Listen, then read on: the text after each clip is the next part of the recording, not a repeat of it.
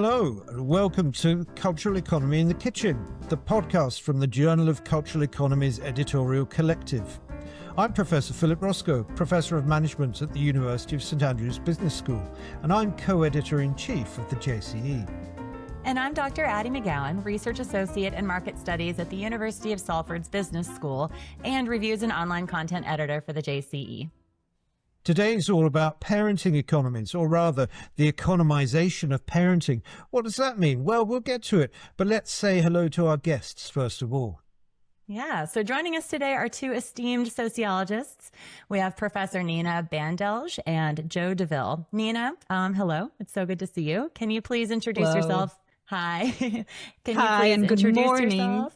Yeah. From California, joining everyone at 8 a.m., but very excited for this conversation and also ready because I brewed some English tea.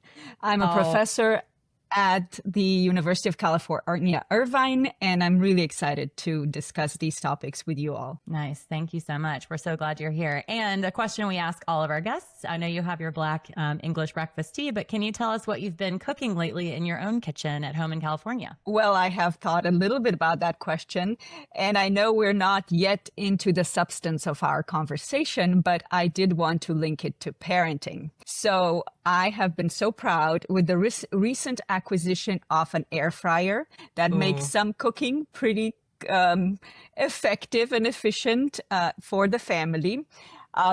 Recent favorite is grilled salmon and roasted veggies and rice. And so the air fryer is called Ninja. So very close to Nina. We've bonded. Right.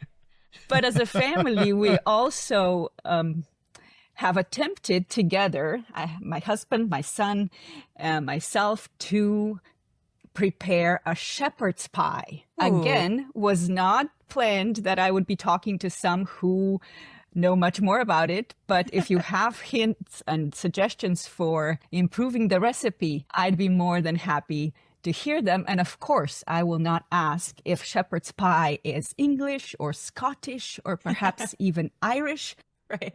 We're going to give it a shot again soon. Nice. Do you air fry your shepherd's pie, or does that give you kind of homogenized mashed potato all over the room? I don't know. Joe, introduce yourself and tell us where you're joining us from. Yeah, sure. So my name is Joe Deville. I'm a professor of science and technology studies at Lancaster University. There, I'm based across two different parts of the university, some 50% in the management school and 50% in the School of Arts. I'm joining from the attic of a terraced house in South Manchester. And like everyone else, we're going to ask you, what have you been cooking in your house in South Manchester? Well, I guess very relevant potentially to what we might talk about later on in relation to my article. But yeah, one of the presents I got this Christmas, partly I think it was listed in The Guardian's best gifts for dads, was a tortilla press. I lived in New York for some time where I met my partner, and we both really miss good Mexican food. And so that's good. And it's quite fun to do with the kids. Tortillas are an extremely flexible form of eating. Everyone can have exactly what they want in their individual tortillas. It's been quite fun to do, and actually just incredibly easy to do as well. No kneading, none of that kind of stuff. You just whack it in, press it down, into the pan it goes. Nice. Could we I love that Nina is hoping for British food and Joe is hoping for Tex-Mex or Mexican. My thought exactly. I'm proposing a home exchange, Joe. We should talk offline. Exactly. Maybe we can swap the weather as well as the cooking, Yes, because it's absolutely terrible in East Scotland at the moment, and I'm sure it's much nicer in California. Okay, well, let's get into it. So we're going to spend a little time chatting to Nina first of all. Two things. First of all, the article in JCE called "Parental Investment and the Economization of Parenting" with Michelle Spiegel and Jana Kirosho. But also, Nina's just published her book "Overinvested," which I think I can see strategically on the bookshelf behind. Overinvested, the emotional economy of modern parenting. So we'll have a little time to chat about this too. And I think the paper's a great place to start, because it's a kind of meta study that will lead us into both the book and Joe's work as well. So tell us a little bit about the background, how you came to this project, and what is it that you mean by the economization of parenting? I should first confess that I love money. This is where I started with this project. As an economic sociologist, I never thought I would write about parenting or research parenting and family. But I was struck, especially in the US, that parents had to go in debt to raise their children and how this has changed over time. So money brought me to family and love of parenting. And I should also confess that I'm a parent myself. So for a long time, it felt it was too on the nose to study. But it turned out to be such an interesting case of some of the theoretical things I was interested in. First of all, how does money flow between bonds of social relations, and this idea of relational work that I have been developing with Professor Viviana Zelizer, and also processes of economization and how they enter into family life. So this paper for the Journal of Cultural Economy, and I should note, co-authored with wonderful colleagues, Michelle Spiegel and Jana Kuchirko. Michelle is the first author of the paper, is tracing the career of the concept of parental investment. Does it matter that we, in some ways, call child rearing today parental investment, and how this has changed perhaps what interventions we propose for parents, especially low-income parents, to improve their parenting, to help their children succeed and put them up as best as possible for the future. So the paper surveys a lot of literature out there, scholarly work in sociology, in economics, and in psychology, and how this term has spread in different disciplines. We see rise in its usage across the board.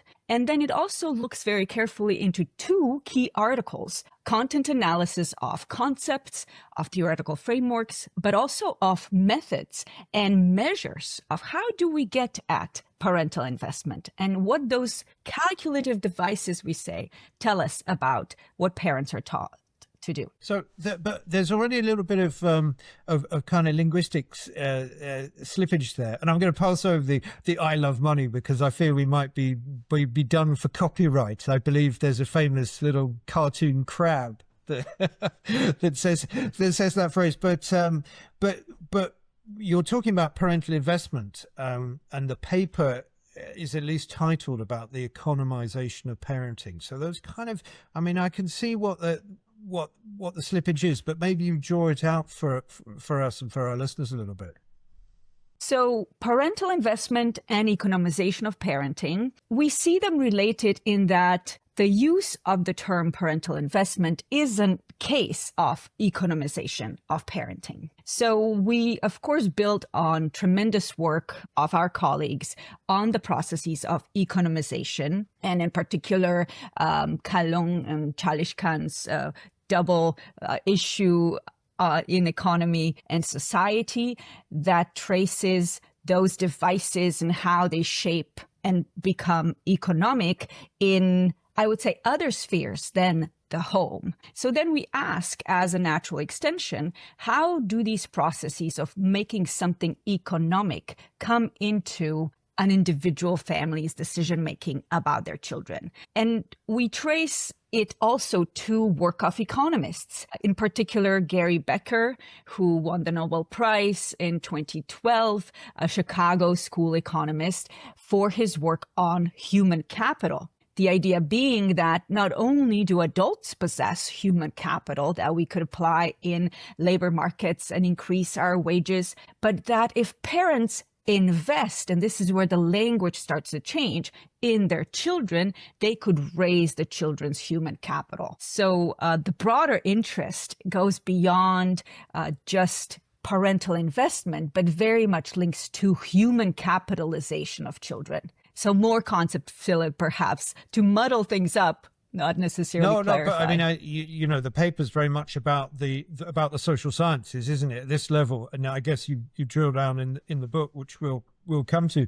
But This is very familiar language to the JCE crowd and our listeners and viewers. I think you're right. Our study interprets economics as both a political and social project and demonstrates, this is the surprising bit, demonstrates that sociology, shock, horror, and psychology actively contribute to the world-making endeavor. So sociologists are the bad guys as well, it would seem. Well, no bad guys, just discussions and intellectual exchange. But it is very seductive to build on each other's work and not question the concepts that we appropriate. And so I would say that perhaps without much awareness, the language of parental investment and thinking, what does it really mean in its potential consequences? May I even say in its performative effect that it could do for the family? And just call it out parental investment. As soon as we have money, and yes, no copyrights infringed, hopefully. I said it with a Slovenian accent there, so perhaps it was very unique. You didn't do this, so you're okay. I know gestures included, that's right. So when there's money, and when there's time, other resources, it becomes investment. So what's wrong with that in some ways? And everyone loves their children, wants to do everything for their children. So the measures of money and time become these investments, and the language very quickly becomes parental investment, with an implication that there is the investment and return logic. And that's an important one to put out there, because we should not assume that parents see this world in exactly the same way as economists and now also sociologists and psychologists, and that they believe their work is really to invest for some returns. Yeah. So that makes me want to ask you to say more about how you understand the mechanisms at work in this process of performativity that you're talking about, specifically, economic reasoning when it comes to parenting, ROI calculations, what you were just talking about, rational decision making. So yeah, if you could kind of speak to some of the examples that you looked at in this paper, I would love to hear more. It's really important to investigate first how certain requests or interventions are communicated to parents. And that comes from scholars who do very much use the parental investment framework, learn from it, observe how inputs into children, especially children who come from disadvantaged families, could be augmented if, let's say, parents read more to them. And I think this really very well connects to some of the discussions I hope we will have in relation to Joe's piece, how, for instance, parents in some interventions are given tablets with lots of words and stories to use with their children, and the tablet tracks what they're actually doing and proposes they read more. With research assistants, parents set goals to achieve, and at the end compare what they actually did with the child compared to the output that the device tracked. So those are very concrete mechanisms of, teaching, but also disciplining, and very much coming from this point of view that parents have a choice. They just need to find the time to sit down and use the device and read to their child.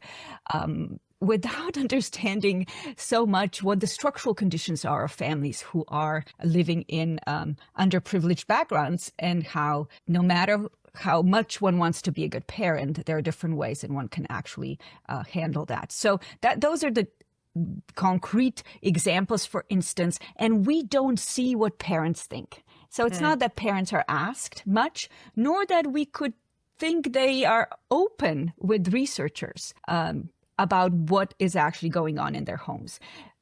Just a tiny little additional anecdote. In one of the studies we analyze, where they use the home measure, which is how much parents invest in different ways. And one is that the parent answers questions, but the other two components is that the interviewer observes what they do with the child and how they assess the home environment. Is it clean? Is it cluttered? How much does the parent touch the child in front of a stranger? So these are all very interesting examples that perhaps upon a reflexive view convey the disciplining of self more than just objective measurement. Right. And there's all kind of stratification in there as well, which we'll come back to in a second. But I mean, I just wanted to ask Joe. You've written not only about the specific case of the avoidant eating, but you've written about the economization of the family more generally as well. Would you like to come in? Is this familiar territory?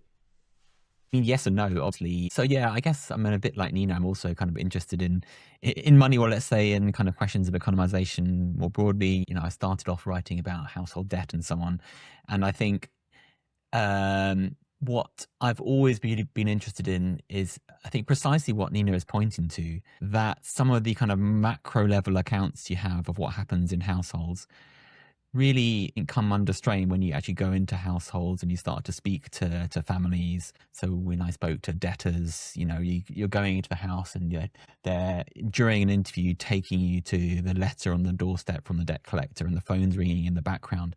This is an entirely different picture from the one that you might get at the level of, say, macroeconomic data and so on. So yeah, I'm really interested in that question then of how households become enrolled in economization in general. I suppose in some ways what I've done is look at it from the other end of the telescope often. So from the very much bottom up. I mean, the paper that we'll probably come on to talk about in a second is kind of perhaps an extreme example of that, in the sense it's based on my own personal experiences and my experiences with my family. But even in some of my other work, I've looked at it from kind of starting with a household and starting with that question of how we think about the way in which financial relations of various forms of financial attachment come to connect the household to, let's say, the economy. And I think what Nina's paper, I wrote a paper with some colleagues where we talked about actually what we called financial oikonomization, where we use that term to emphasize the fact that there are particular kinds of dynamics at play when households are connected to financial relations. And we looked at different kind of mechanisms that are used to do so. And one of the mechanisms, we talked about things like juggling, you know, the way that households juggle their finances, very much influenced by the work of Viviana Zalitzer, which Nina's really... I did read that excellent paper, I should say, Joe. Oh, okay. That's really good to hear. I know we're here talking about Journal of Culture Economy. That was published in a different journal, but nonetheless, you know, very much an allied approach. No other journals, Joe. No other journals. So yeah, budgeting, the way the kind of micro. I mean, this isn't research that we did. We did a kind of meta review of a range of different work, really wanting to bring attention to actually the kind of work that does, I think, what Nina would also advocate for, which is looking at what exactly happens in households, because I think you can learn so much there. You know, work that's looked at how people manage spreadsheets, the power relations that exist between, you know, the husband and his partner, what categorized as an entertainment expense versus a necessary daily expense. We can all probably relate to this in all kinds of different ways. You know, whether you have a joint bank account or a separate bank account, what money goes where, all this kind of micro stuff, which for me is really, really interesting, and I suppose has been a consistent interest of mine. And I suppose this is my way of trying to explain why the paper that I think we'll come on to talk about in a second connects to my more long-standing interest, because otherwise it might seem a little bit of an outlier. This is because we all spent many, many impoverished years as graduate students and associate lecturers and RAs and what have you, and we're all very interested in money and where it goes. The idea that parental investment is a set of performative practices, not just a metaphor, takes us really nicely into Nina's book. So let's just talk about that a little bit. What is an emotional economy, Nina, and how do we get there? Emotional economy tries to very bluntly, in some ways, bring emotions and the economic together, not to consider them two separate spheres, which is often the case in economic theories, but how when we follow money, we see where love goes. Specifically in the case of all the monies, and here I use plural on purpose, because in the era of financialization, this is distinctly new in some ways for contemporary parenting. It's not only savings one puts aside or inheritance one gives away, but financial instruments such as 529 accounts in the US for college education, or financial assets under children's names, different kinds of loans. So all these monies and and proliferation of monies, but also the immense emotional energy that parents devote to children and how those two entwine, and how more broadly in society, processes of economization, which we've been talking about, but also emotionalization entwine with shaping what parents believe they need to do with their children. Invest it all the money, all the emotions, and even our entire selves. I mean, this is I've only had the chance to dip into your book, but this is the sense of it that comes out, is this enormous burden on, I mean, parenting is tremendously hard work anyway for everyone, but the sense that you really have to give everything and more. You have to borrow, you have to go into debt, you have to get up in the middle of the night and drive 100 miles to get to sports practice, all of these kind of things. Who bears this burden? How does it come about? How is it experienced differently by different people? Let's just start with the fact that parents are exhausted. American parents, and I'm very interested in how this travels comparatively to other places, but in summer of 2024, U.S. Surgeon General issued a warning, an advisory that parental burnout, the concept that very much is about work. And I know Joe and all of you are interested in processes of work and management and organization. So burnout of parents has become an issue and is a health crisis in the US. 40% of parents would say that most days they are so stressed they cannot function. That just not sustainable, first of all, but also quite unprecedented and not only related to the pandemic. So in the book, we also interviewed a lot of parents that come from various backgrounds. Philip, as you've pointed, we want to understand if this differs across different groups.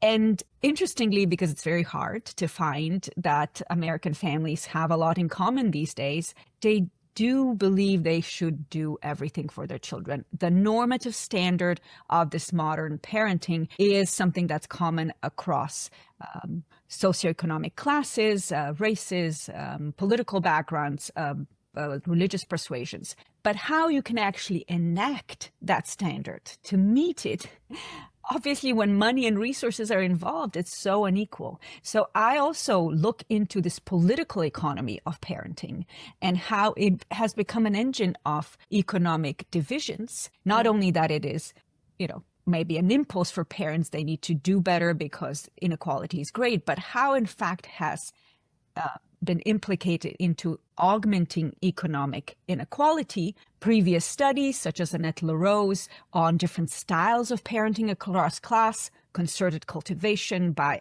well-to-do parents, would point to reproduction of economic inequality, passing down of cultural capital in a Bourdieusian manner. But we are beyond that. It's not only reproduction, it's augmenting these differences, which is very, very heartbreaking. Yeah. And before we move on to Joe, I mean, we could talk all day about this, and I'm not even a parent, but I find it fascinating in talking to my friends and loved ones who are parents. But this to me is really interesting. And I wanted to hear your thoughts, Nina, on how it's related to those kind of economic ways of seeing. So not only experiencing it as parents, but kind of that, seeing like a market Fourcade and Healy style analysis. And you mentioned Foucault just now too. So how is what you're talking about directly related not only to parental experiences, but those larger economic ways of seeing and ideas of parenthood and quantification? This is so important to ask. And also because it is a matter not only of parents and dealing with our own little lives and decisions that are so hard sometimes, but society.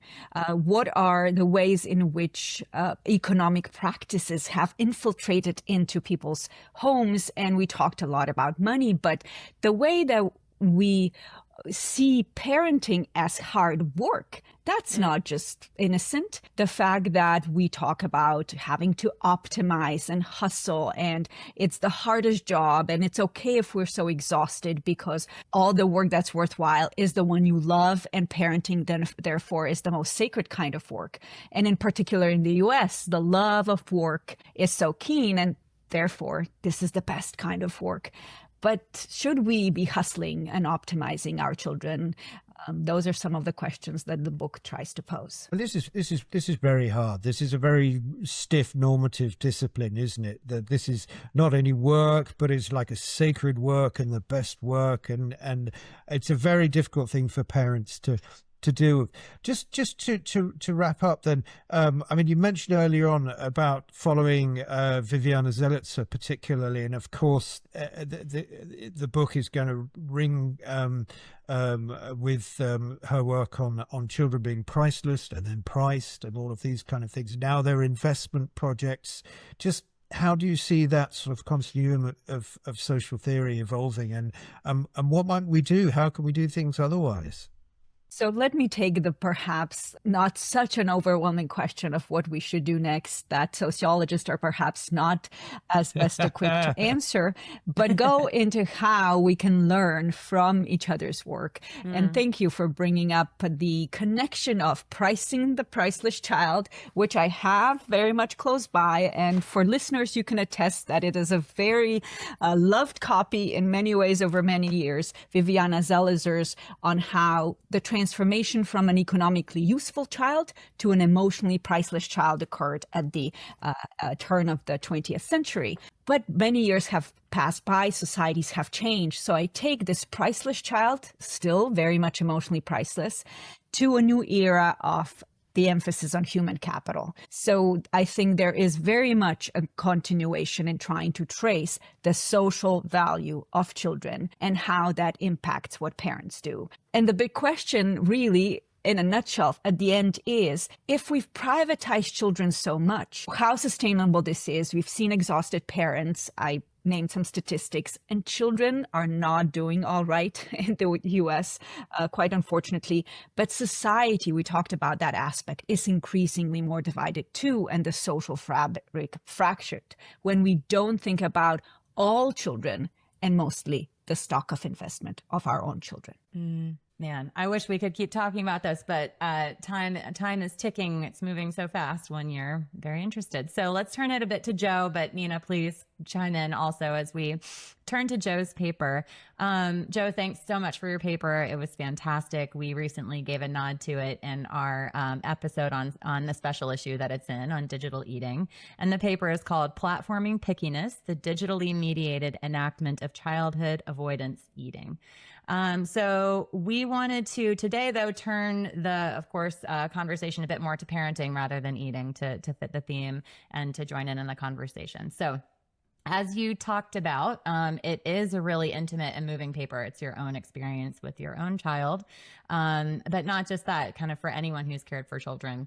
It spoke to me even though I don't have my own children, for example. So you begin by recognizing mealtimes as kind of this moment, this cultural hub of the family.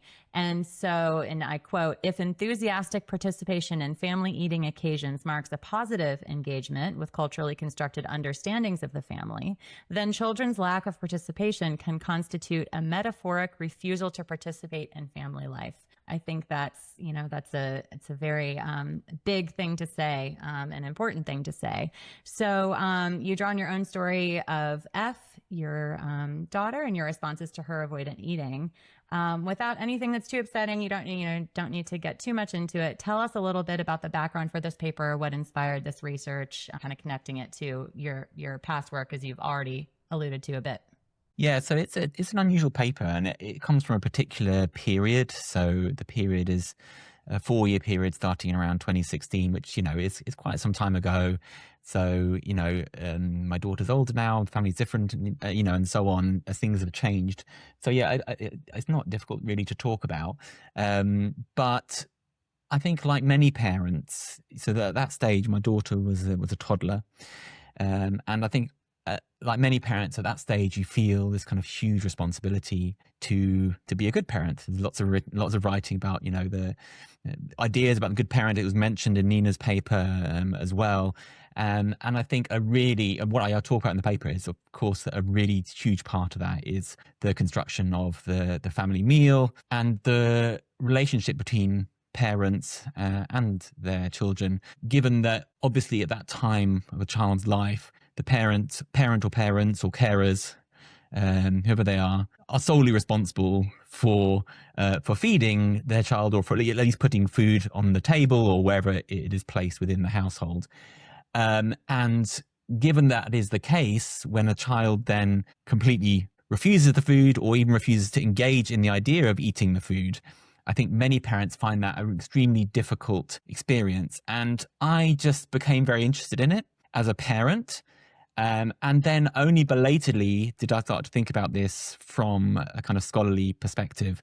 I've had a long-standing interest, I've already mentioned, in households, but also an interest in digital platforms, how digital platforms are used within various different settings.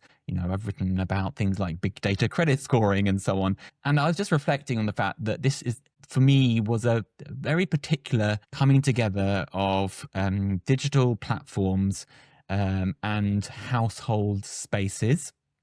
And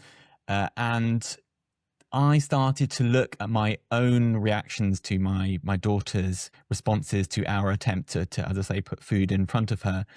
And the more I thought about it, and the more I read both about feeding practices, and the more I started to think about the way in which scholarly discourse had written about and thought about children, the more it struck me as a very particular space that hadn't really been written about.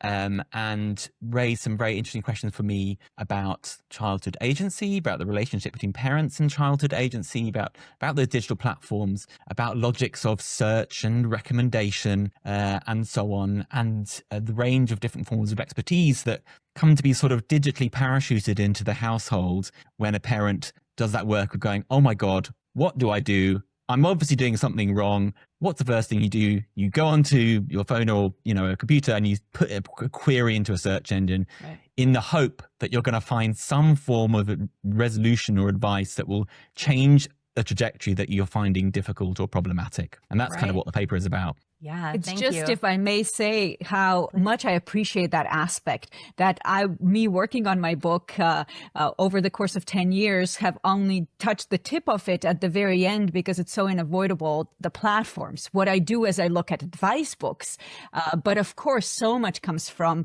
the platforms and searches and advice from that in that form. So, Joe, thank you so much. I really enjoyed reading, integrating digitization of parenting with economization of parenting. Yeah, I love that. In my space, my interests lie in platform scholarship and platform studies and the agency of data. And so, Joe, I would love to hear you say a bit more about how your search for solutions was mediated by these platforms, and kind of enrolling the platform as that actor with agency as well. So, what were some of the things that you were doing in your autoethnography, and where did the platform show up in unexpected ways? So, maybe I can say a little bit quickly about the method, because I think it's relevant to this. I think in some ways it's quite an exposing paper, because what I did is I suddenly realized that, so I became interested in how I had responded sort of historically, in the sense that it was a particular point in my sort of parenting journey, I suppose,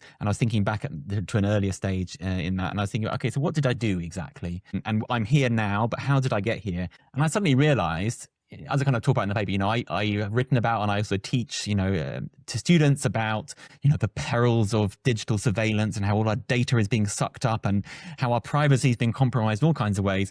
But I suddenly realized, wait a minute, I haven't been very mindful of my own Google settings, and actually my entire search history is available for me to view if I can just work out how to do it.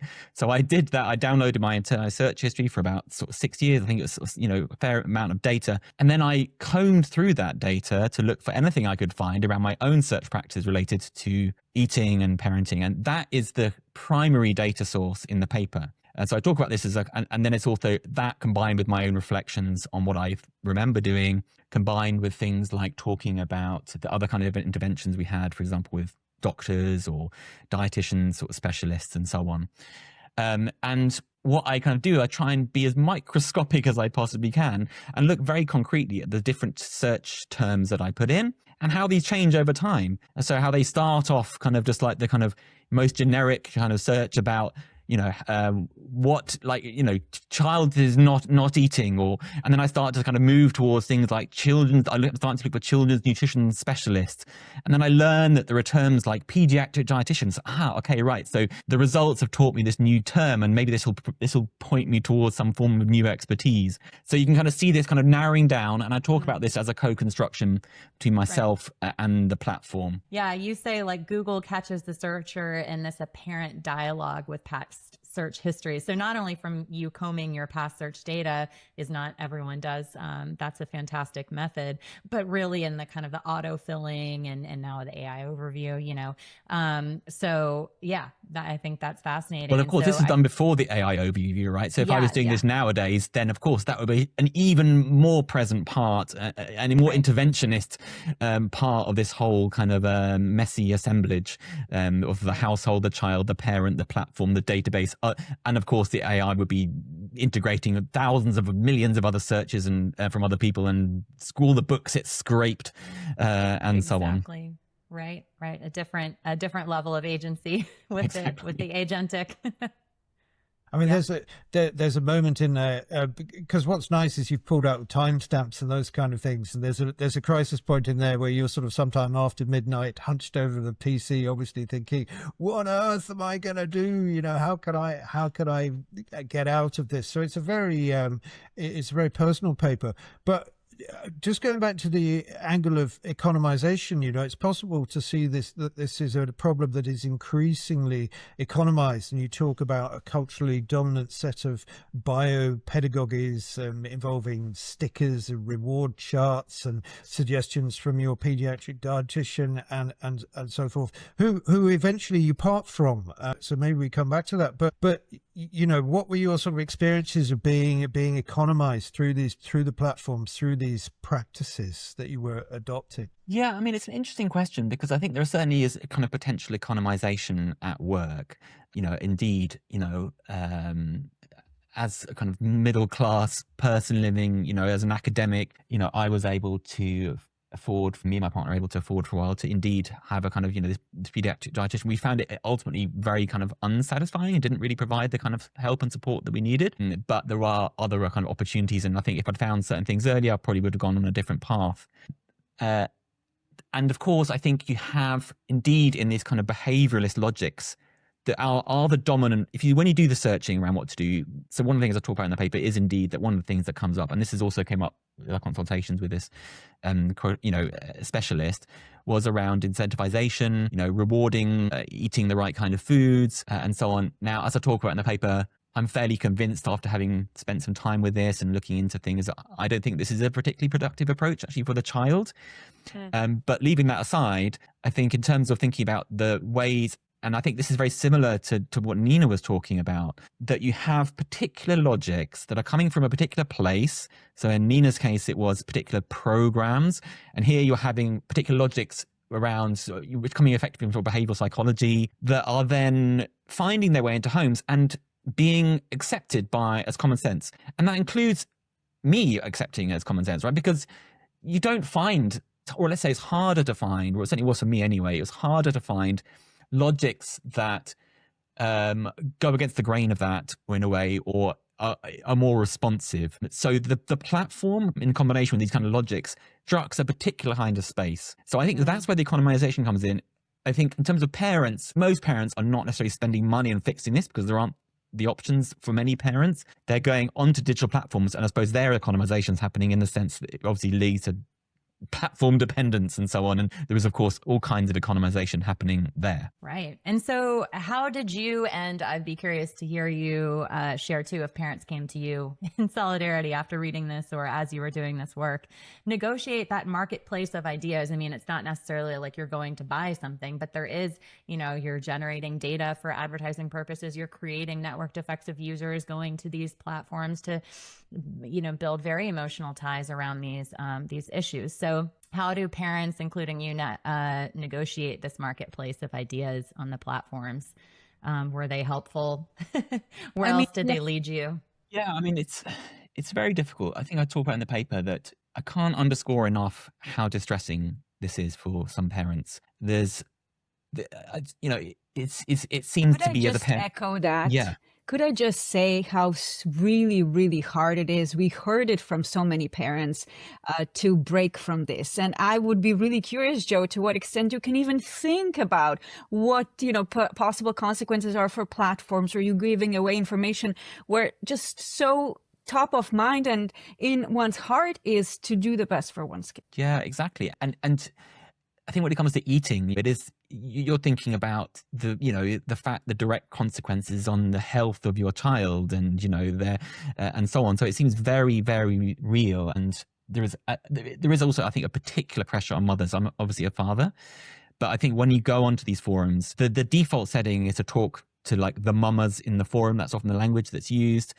And often male partners are represented as not understanding or not helping or making things worse. And so I think that you have a particular coming together, and there are the extent to which these platforms provide the kind of what I would see as helpful solutions, I think, vary hugely, but perhaps above all else, they do provide a space where something that is recognized as perhaps in some individual social circles as shameful or a failing, it provides a space where people can come together in some form of solidarity, which I don't think is necessarily economization, but is something that actually happens despite the economization that's going on. I mean, that's a very nice place to bring the work together, really, because all of this work comes together around a few central ideas about investments, markets, devices, with a particular focus on measurements and platforms, which is not surprising because we're coming out of a sociology and STS, but also there's this sense of kind of complexity and overflowing, this idea that parenthood is a difficult and uncertain business. And I think at the end of all of this, I've decided I'm going to send my children up the chimneys like they used to do in Victorian times. Unfortunately, they're too large. I'll have to wait for any grandchildren, and we'll set up. We'll incorporate. They'll have deregulated labour laws by then. Seriously, I mean, any final thoughts or reflections on your own parenting practices, Nina, Joe, at the end of all of this? It's very difficult to ask for kind of great thoughts, but you might have reflected in different ways along the way about the various burdens and responsibilities that are being placed upon parents. It's really hard. And the book and the paper to raise more questions than we can answer. But I come at it as a sociologist, so I will emphasize that. While parenting has become such a private responsibility, I appreciated Joe's comment on how parents feel shame and guilt, and how can you share that? And the platforms do provide some support for that. But at the same time, keep sending the message of how one needs to be a good parent and preoccupied with these very, very important and consequential decisions. That's how it appears. So that it's such a salient presence in people's lives, parenting, that as a society, we can only change, not just simply individually, stepping back and taking a parenting vacation and just, take it easy is so very hard. If at all my work tries to pull the curtain from understanding parenting as just in the home and how it's shaped by social forces, and therefore we need to work at how together we can enact cultural change and political change through new policies, especially in the U.S. And Joe, I know you've got to rush off in a moment for your own program of parental investment awaits you. But any final thoughts? For listeners, that's a reference to the fact I'm picking up my second daughter from a drama club, which I suppose is very much perhaps related to Nina's work. One of the things about this kind of topic, and I'm sure it's exactly the same for Nina, these are the kind of topics that are very easy to have a conversation with, and at some level with other parents, right? So Nina will say, I'm talking about parental investment and the kind of investments parents make, and I'm sure parents will immediately start to tell you everything that they're doing and all the clubs that they're sending their kids to, and so on, or what they've heard XYZ parent do, and so on. And I suppose it's similar for this kind of topic in the sense that there have been times when, indeed, a number of times when I've been talking to another parent and they're telling me about their child and the difficulties that they're having with eating. And I also just want to underscore that this ranges in severity. From my daughter, which I'd say is nothing kind of directly threatening her health in a major way. And of course, but sometimes for some parents, it can extend to some really quite extremely difficult it's relations that emerge in the household. But I think that what I always sort of try and talk about, I don't sort of immediately jump to talk about economization, of course, that would be a weird thing to do. But just gently making the point that there are diverse, again, I use language, but there are diverse logics at play. And we shouldn't necessarily just assume things that are presented as common sense by things like internet searches on forums. And of course, I kind of point towards resources that I found helpful. I suppose that some way of engaging in a wider conversation about how particular resources are foreground. And of course, we're having these conversations around AI and so on. But this, I suppose, really drove it home to me that the kind of landscape of parenting is being shaped in very particular directions by actors that have probably zero interest in the actual outcomes of some of these logics and some of the way in which economization is happening. And that is potentially quite dangerous. It's worth saying that for my daughter, I settled on an approach that is actually recognized, clinically as, it's perhaps the way to support children, perhaps the best, particularly with really more challenging avoidant eating sort of behaviors. So it's not that, I'm sort of picking a kind of a niche form of expertise, but that kind of form of expertise is really buried in the digital landscape. And I think that is, in this case, a problem. And I'm sure it also has wider consequences in other areas. Fantastic. That's about all we have time for. Thank you again to our guests, Professor Nina Bandelj and Joe Deville, for their insights into the cultural economies of contemporary parenting. You've been listening to, or maybe watching, Cultural Economy in the Kitchen from the Journal of Cultural Economy Collective. Today's episode was produced by C-Ross Cinematics, and you'll find links to the papers at the end of the video if you're watching on YouTube. Don't forget to like and subscribe, tell your friends and share, and we'll see you next time.